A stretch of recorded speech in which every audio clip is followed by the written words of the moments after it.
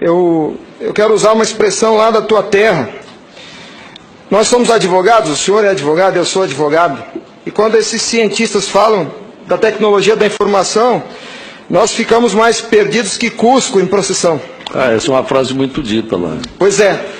Acontece que o nosso povo vem sendo enganado por essa máquina, essa arapuca, porque sempre que olhamos para o problema, tentamos enxergá-lo através da tecnologia.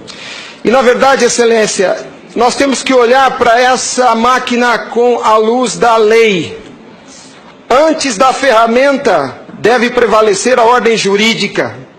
A ferramenta deve servir a ordem jurídica e não o inverso, Excelência.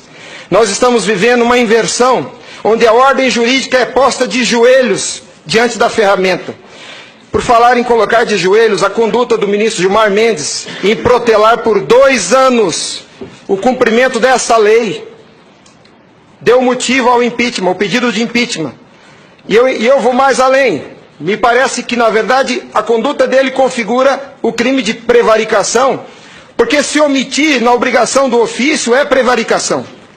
O que está acontecendo aqui, Excelência? Um dos pilares da República está sendo quebrado. Nossa democracia e a cidadania desse povo está sendo violada, desrespeitada. No entanto, eu quero lembrar aqui uma frase de Billy Graham, um homem que dedicou 99 anos da vida para o bem do próximo. Ele dizia: a coragem é contagiosa, e o senhor está vendo aqui só alguns dos corajosos que se levantaram.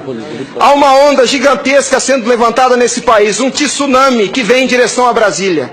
Os cidadãos estão indignados. O Tribunal Superior Eleitoral não pode recusar o cumprimento à lei.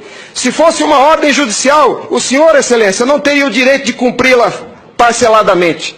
É uma lei, não tem vício de forma, nem de iniciativa, nem de conteúdo. Vou ao ponto. Fala-se muito da máquina, eu quero falar do ato jurídico. O senhor, como advogado, entende bem desse assunto. Somente o exercício do voto é secreto para garantir ao cidadão a liberdade de escolha. O ato seguinte, porque o processo eleitoral é feito de etapas, o ato seguinte é um ato administrativo. A contagem de um voto é um ato administrativo e se submete a um requisito de validade sob pena de ser nulo, que é o princípio da publicidade. Qualquer ato administrativo deve ser público. Entenda, Excelência, nós queremos auditar o fato jurídico, não é a máquina. Não nos interessa o software nem a máquina, nem antes nem depois. Nós queremos auditar o fato, que por natureza é um evento. O evento se perde. Por isso a necessidade de dar corpo físico ao fato da contagem do voto, para que se conheça, para que se cumpra o princípio da publicidade. Porque a publicidade é erga omnes, é para todos os cidadãos, não é só para o eleitor que olha no visor. Essa contagem do voto deve ser feita para que todos os cidadãos tenham a oportunidade de fiscalizá-la. E não é a contagem de milhões de votos, é a contagem de um voto, de cada voto é um ato administrativo. E será nulo se não for público. Há vários princípios constitucionais que vêm sendo quebrados desde que essa arapuca foi inventada lá em 97. A cidadania, a publicidade, a moralidade, a legalidade e a própria república. Porque nós, cidadãos, não temos sido respeitados na nossa escolha. Nossa escolha só será respeitada se ela for retratada no corpo físico da impressão para cumprir o princípio da publicidade. O exercício do voto é secreto, mas a contagem deve ser pública. E qual que é a artimanha da urna? Ela estende o segredo do exercício até a última etapa. E o sagrado BU, eu vou usar uma expressão de alguém, eu não lembro quem é o proprietário dessa frase. A seita do santo byte tem no altar o BU.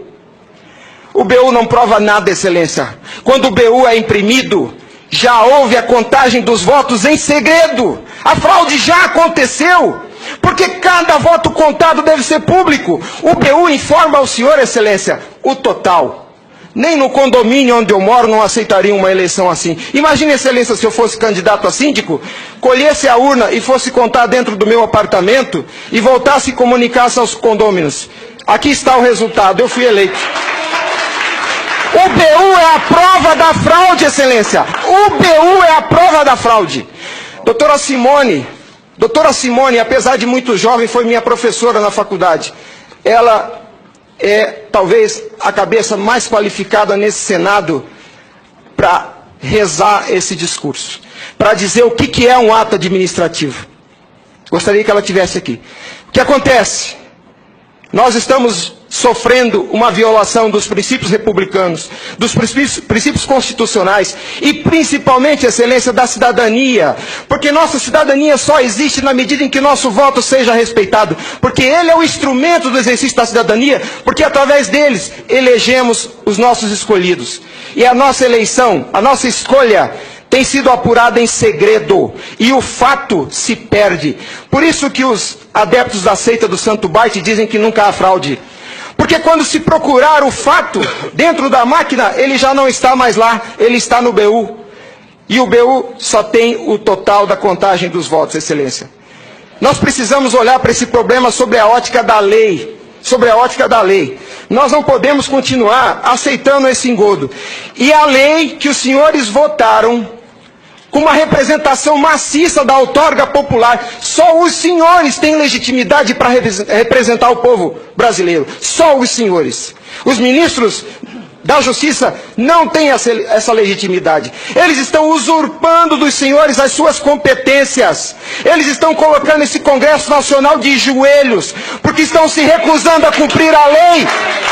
Eles estão, excelência, eles estão cometendo abuso de autoridade. Abuso. Porque essa lei que os senhores votaram com 71% do Congresso Nacional, a derrubada do veto teve um peso de outorga popular maior do que as emendas à Constituição.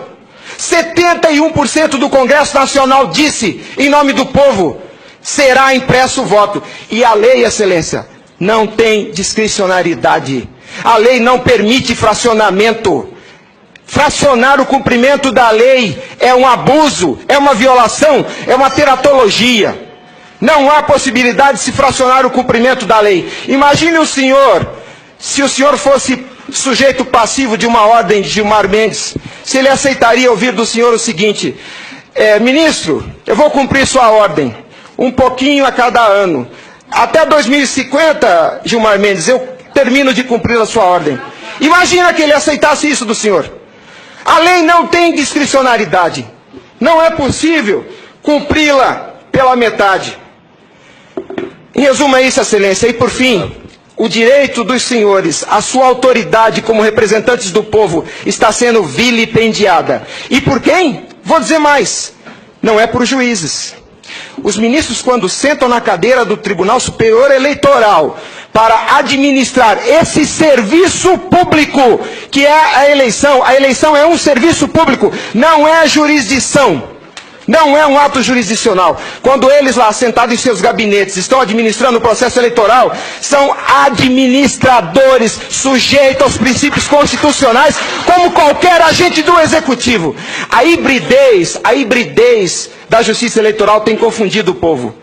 Mas a competência se dá, a função se dá em razão do cargo, não do indivíduo. Quando eles estão se desincumbindo do processo eleitoral, estão executando ato administrativo, não são juízes. E vejam o absurdo, excelência, um administrador público que por acaso usa toga, se arvoca o poder de desrespeitar a lei que os senhores votaram. Nossa república está à beira do abismo. Se os senhores não se colocarem em pé e defenderem a sua legitimidade da outorga e aceitarem esse abuso de autoridade, acabou a república, excelência. Acabou a cidadania. Então nós somos escravos.